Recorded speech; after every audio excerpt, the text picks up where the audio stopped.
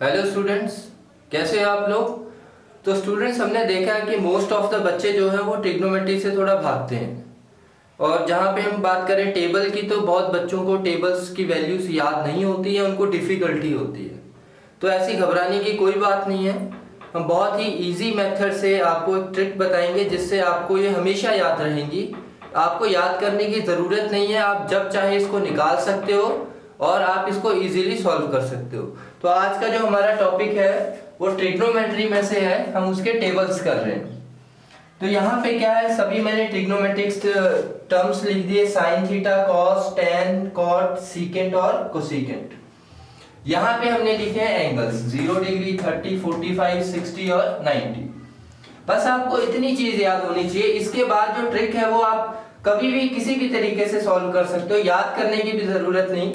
देखो, आपने 0 पे क्या लिखना है, यहाँ पे क्या लिखना है आपने, इस पे लिखना है 0/4, ये याद रखना आपने 0/4। 30 पे क्या लिखना है आपने, 1/4। देखो यहाँ 0 था, यहाँ पे क्या आ गया 1। 45 पे क्या लिखोगे आप, 2/4। 60 पे क्या लिखोगे आप, 3/4। और 90 पे क्या लिखोगे आप, 4/4। ये इजी है। अगर हम इसको 0/4 को सॉल्व करें तो हमारा क्या आएगा, 0 बाय समथिंग 0। यहाँ पे 1/4 को सॉल्व करेंगे तो क्या आएगा, 1/4 का रूट कितना होता है, 2। इसको कैंसिल होगा तो ये कितना बनेगा, 1/√2। यहाँ पे कितना आएगा, 3 का रूट 3 बनेगा इस तरह, और 4 का रूट क्या बनेगा, 2। 4 से 4 कैंसिल हो गया, √1 कितना होता है, 1। तो यहां से आपको देखो, आपने जस्ट क्या ध्यान में रखना है, आपने लिखना है 0/4, फिर 1/4, फिर 2/4, 3/4 और 4/4।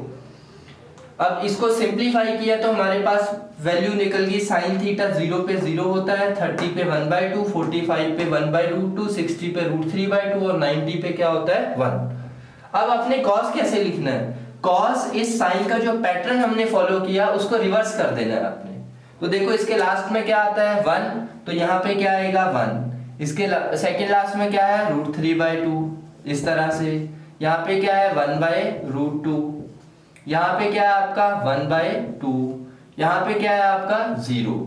ये आपने कॉस करना है। अब tan क्या होता है, तो स्टूडेंट्स जहां तक हमें पता है कि जो tan थीटा होता है वो होता है sin theta upon cos theta. ये वैल्यू आपने पढ़ी होगी, tan होता है sin अपॉन cos।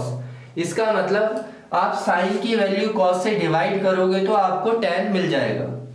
अब देखो, अगर हम डिवाइड करें तो आपने एक चीज ध्यान से रखनी, 0/1 0, क्योंकि अगर ऊपर 0 हो तो आंसर क्या आएगा, 0।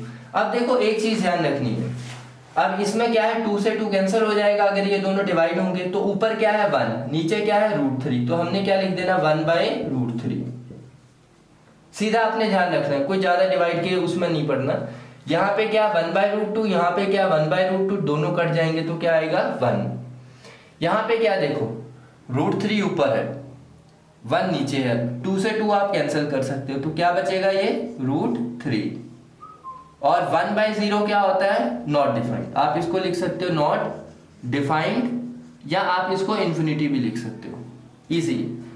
अब कॉट थीटा कैसे लिखोगे, जो आपने tan थीटा का जिस तरह से आपने इस तरह से पैटर्न है, इसको रिवर्स कर देना, या ऐसे अपोजिट कर लो, जैसे मर्जी करो।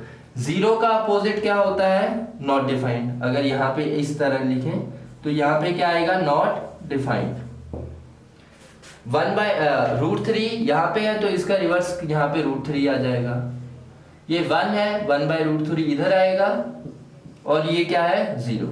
तो एक चीज याद रखना, कॉट को आप इसका रिवर्स भी इस तरह भी उल्टा कर सकते हो, और पैटर्न को भी आप रिवर्स कर सकते हो, ये आपकी चॉइस है, दोनों में आंसर सेम आएगा। अगर मैं बात करूं सीकेंट थीटा की, तो याद रखना कॉस का अपोजिट होता है सीकेंट। अगर कॉस की वैल्यू है x अपॉन वाई, तो सीकेंट होगा y अपॉन x, ये फॉलो होगा। यहां पे क्या है आपका, कॉस क्या है आपके पास 1, और सीकेंट क्या होगा, 1 का अपोजिट क्या होता है 1।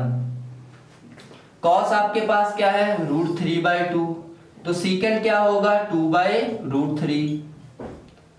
कॉस क्या है आपके पास 1/√2। सीकेंट क्या होगा आपके पास √2।